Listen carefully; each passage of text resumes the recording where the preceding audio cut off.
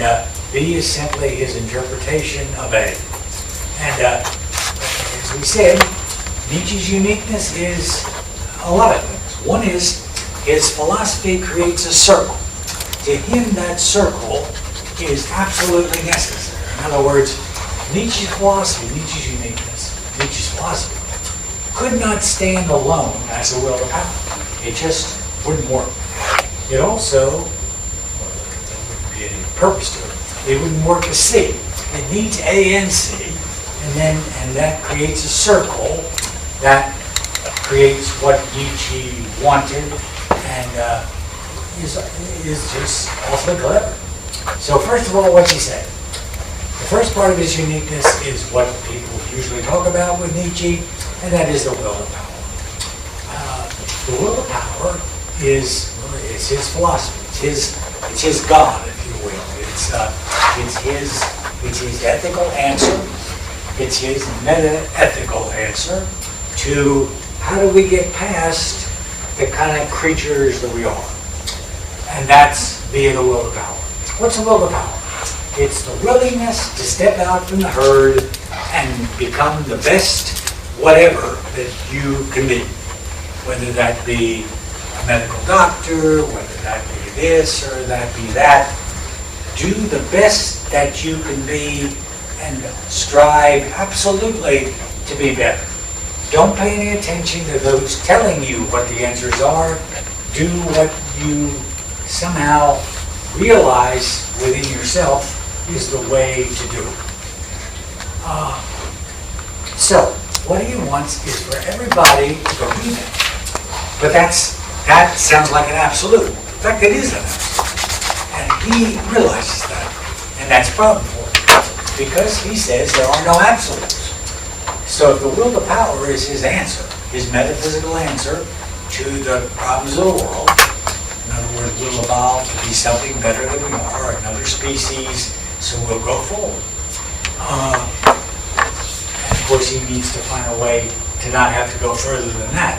But in any case, if that's the case, then that's an absolute. So what he does is he says, well, I guess he cheats a little bit, but it's probably not a bad idea.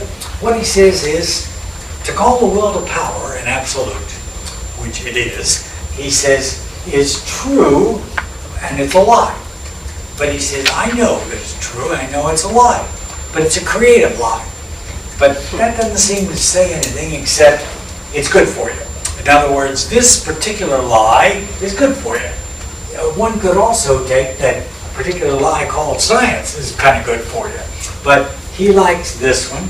So realistically, this isn't a real strong point. I mean, philosophers can't always somehow be perfect.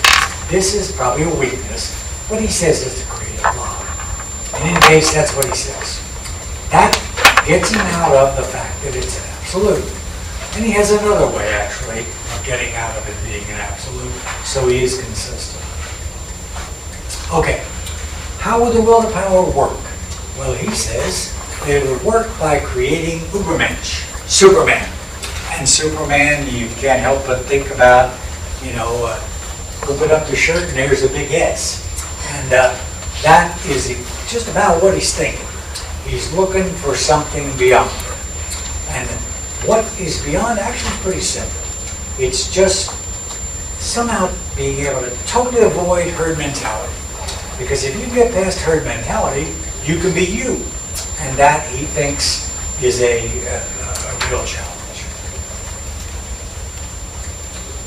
And he puts herd mentality as religion. I would put it as high school. High school kids do a pretty good job of cliques and groups and herd mentality. But in any case, he puts it as religion.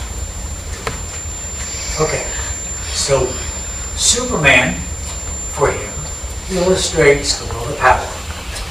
Now, he's got this almost absolute. He can explain it as what he wants. In other words, somebody that would simply live in the world, realize that you have to do it, whatever people are saying, etc. And he thought the Jews illustrated that pretty well. I think the Jewish people do. They're usually quite successful and live quite balanced lives and a lot of good things and raise their children well, etc.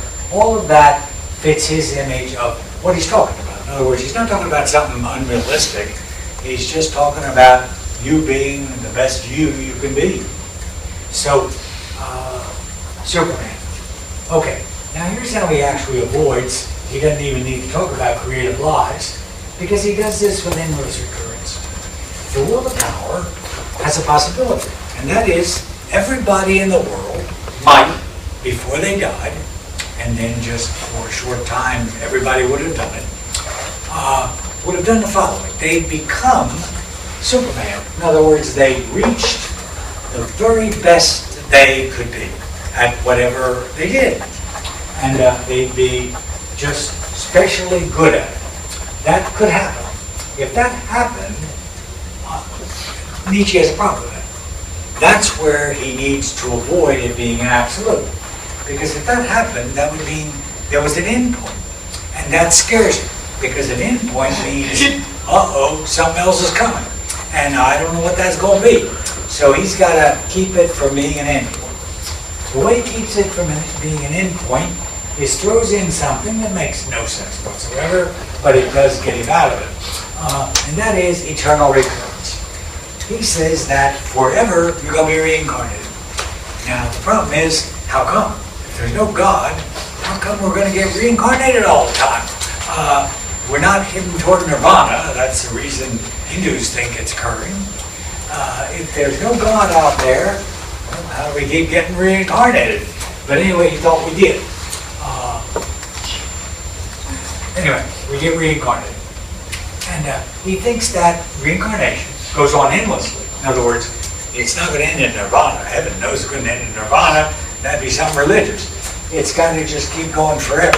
Okay. While it's going forever, that means the following. Just in case there's a generation that makes it to total will to power, total effectiveness for the whole of civilization, there has to be an answer to that. Okay, the answer is simple. When you die, you're going to be reincarnated. And when you're born again, you're going to go back to just the way the world was before. In other words, more stupid people than there are smart people. And he thinks, therefore, you got to do it again. And it just keeps going and going and going.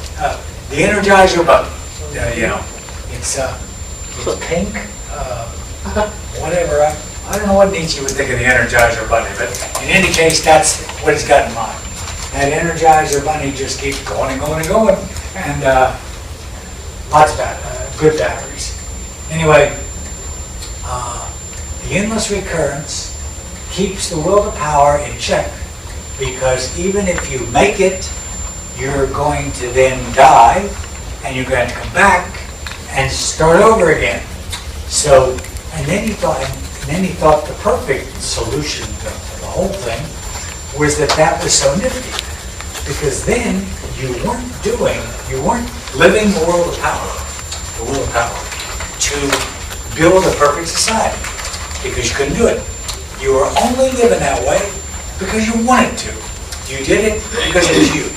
And that's cool. It may not be totally realistic to human beings, but it's a good idea.